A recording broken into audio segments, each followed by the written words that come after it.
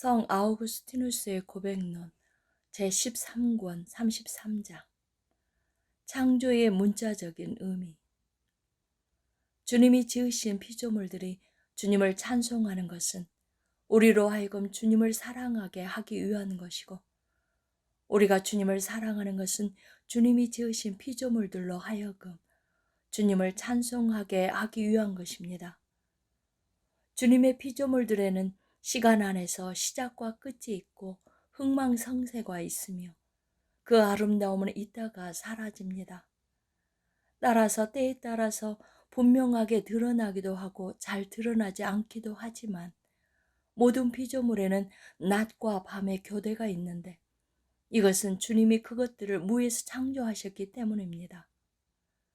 주님은 모든 피조물들을 자신의 본체로부터 만든 것이 아니고 주님 자신의 것이 아닌 어떤 것으로부터 만드신 것도 아니었으며 이미 존재하고 있던 어떤 것을 사용해서 만드신 것도 아니었습니다.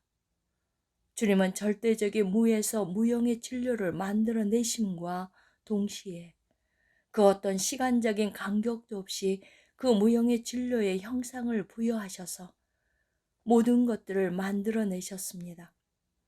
하늘과 땅의 진료와 하늘과 땅이라는 형체는 서로 별개의 것이었어 주님은 절대적인 무에서 무형의 진료를 만드신 후에 그 무형의 진료에서 피조세계라는 형체를 만드신 것이지만, 절대적인 무에서 무형의 진료를 만들어내신 것과 무형의 진료에서 피조세계라는 형체를 만들어내신 것 사이에는 시간적 간격이 전혀 없었기 때문에 우리는 주님이 이 둘을 동시에 만드셨다고 말합니다.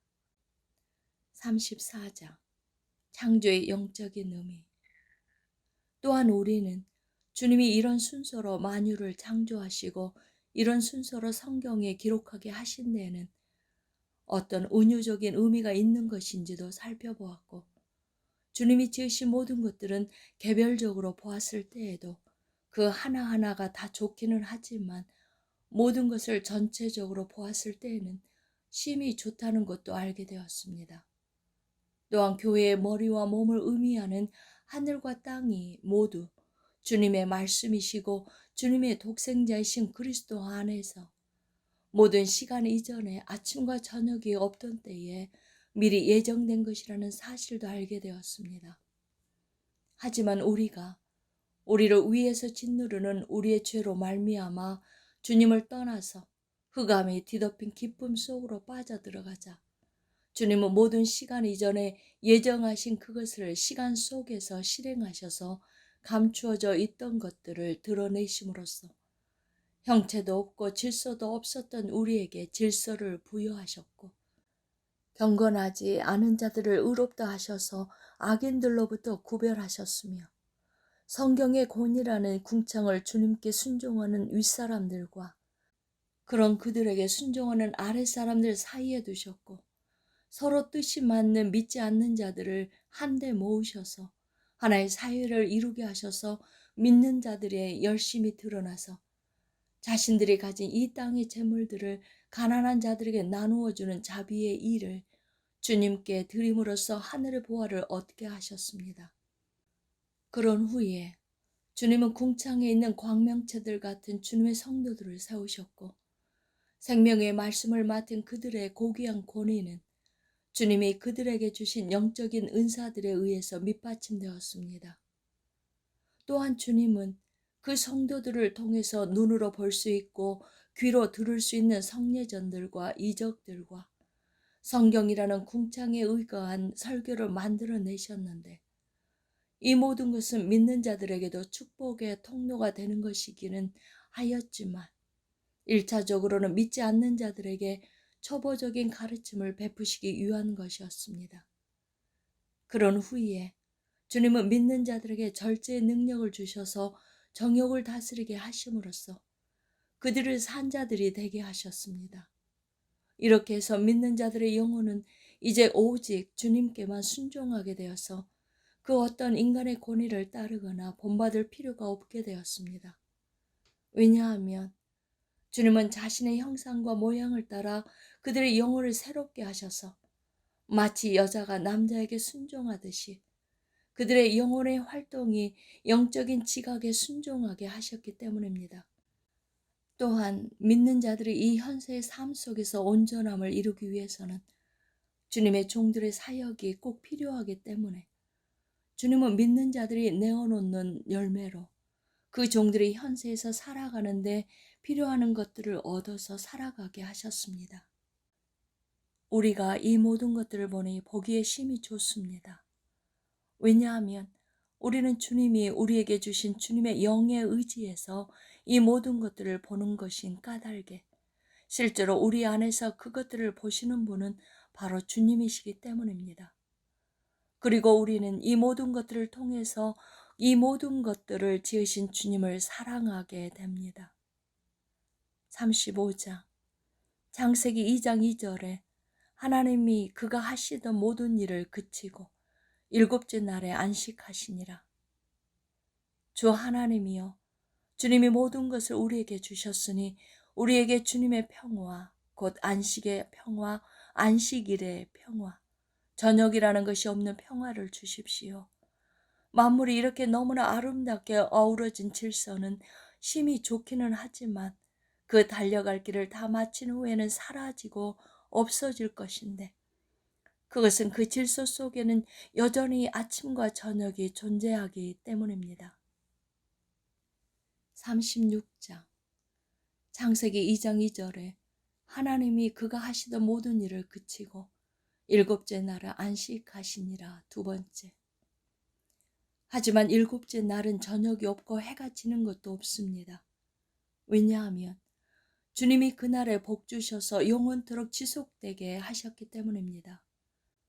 주님은 자신의 창조 사역을 다 마치시고서 자신이 창조하신 모든 것을 심히 좋다고 하신 후에 이 창조의 모든 날 동안에도 평안히 일하시기는 하셨지만 특별히 일곱째 날에 안식하셨는데 이것은 성경으로 하여금 우리도 주님이 우리에게 주신 모든 일들을 다 한 후에는 물론 그 일들도 아주 좋은 것이기는 하지만 영생의 안식일에 들어가서 주님 안에서 영원히 안식하게 될 것임을 미리 말해주기 위한 것이었습니다.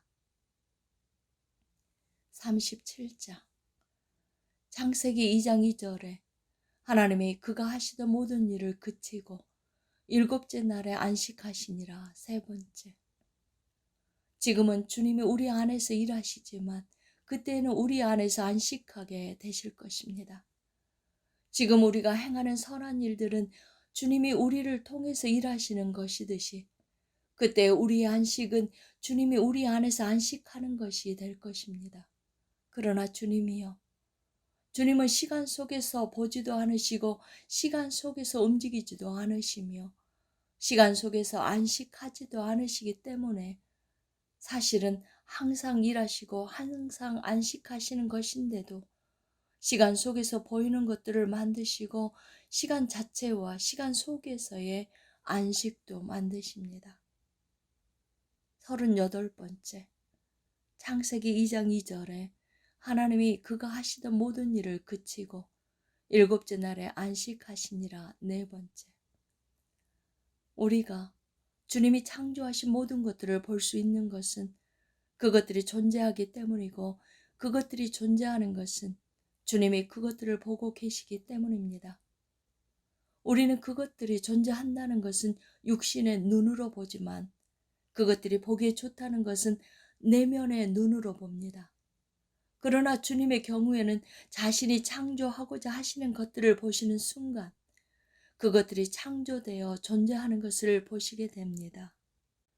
우리는 우리의 마음이 주님의 영에 붙잡힌 때에는 선한 일을 하는 쪽으로 움직이지만 그 이전에는 주님을 떠나서 악을 행하는 쪽으로 움직였습니다. 반면에 유일하게 선하신 하나님은 선을 행하시기를 그치시는 법이 결코 없습니다. 우리가 주님의 은혜를 힘입어서 행하는 선한 일들이 있기는 하지만 그런 것들은 영원한 것은 아닙니다. 우리는 그런 일들을 마친 후에는 우리를 거룩하게 하시는 주님의 은혜를 입어 안식하게 되기를 소망합니다. 하지만 주님은 또 다른 선을 필요로 하지 않는 선 자체이신 까닭에 항상 안식하고 계십니다. 주님 자신이 주님의 안식이기 때문입니다.